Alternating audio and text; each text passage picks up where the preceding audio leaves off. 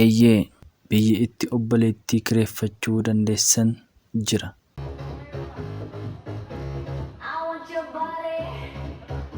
Dhageessaniittuu obboleettii kireeffachuu ni dandeessu.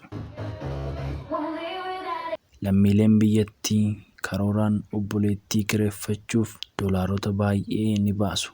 Biyyi akkas gootu kun eenyu? Maaliif obboleettii kireeffachuuf doolaarota hanga kana baasuun barbaachise? Nu waliin turaa, deebii isaa guutuu argattu.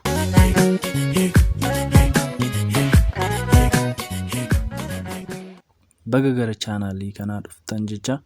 Chaanaalii kanaan odeeffannoowwan adda addaa argattu.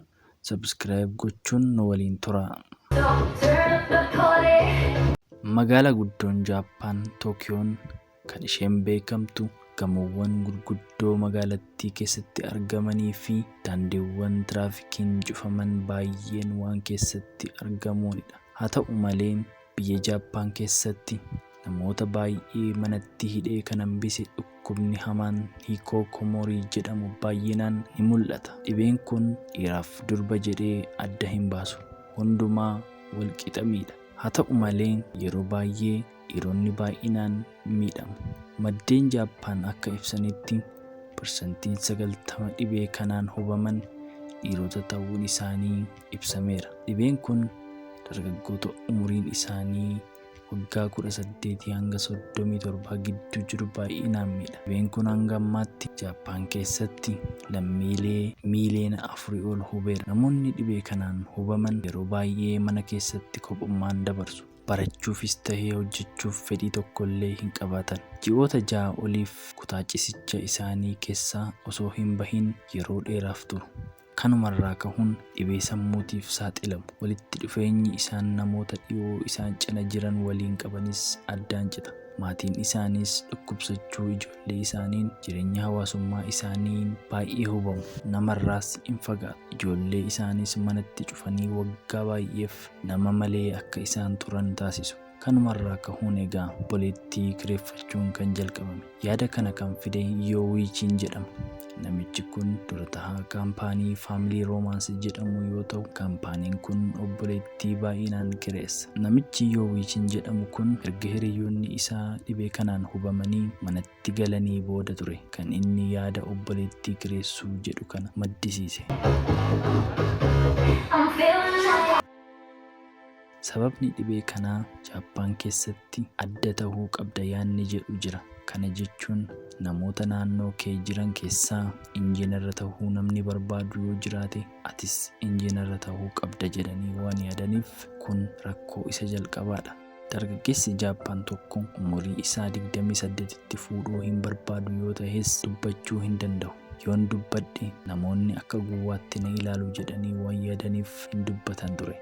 Sababni isaanis yoo dubbatan maatiin isaanii akka hin salphanneef jecha hin cinqamu ture. Kanaafuu sodaa kana hundaaf jecha addunyaa baqatanii manatti ol deebi'u. Osoo alatti hin bahin gargaarsa mana yaalaas osoo hin argatiin manatti hafu.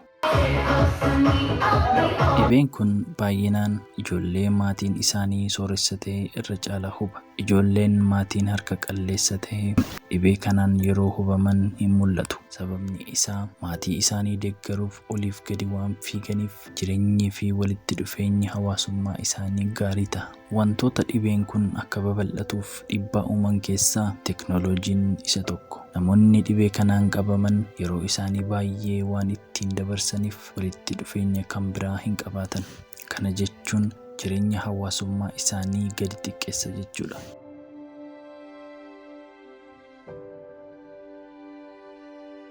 Kanaaf egaa Yoowichiin maaliif hiriyyaa hin kennuuf jechuun obboleettii kireessuu eegale. Yeroo jalqabaaf shamarran kun hanqa caruun ture kan inni hojii eegale. Shamarran kunneen ogummaa fayyaa tokkollee hin qaban ture. Maatiin dhukkubsattootaa ji'aan shamarran kanaaf $900 ol kaffalu qarshii 90,000 ol jechuudha. Namoonni dhibee kanaan hubaman amaloota haaraa qabaachuu danda'u. Of ajjeesuufis ka'umsa qabaachuu danda'u. Dhibeen kun akka irra caalaa dabaluuf COVID-19 sababa guddaa ta'ee ture. Kana jechuun sababa dhibee kanaan manaa bahuun waan dhorkamee tureef dhukkubsattoonni yeroo isaanii baay'ee mana keessatti dabarsan irra caalaatti mana akka hin baane isaan taasisee ture.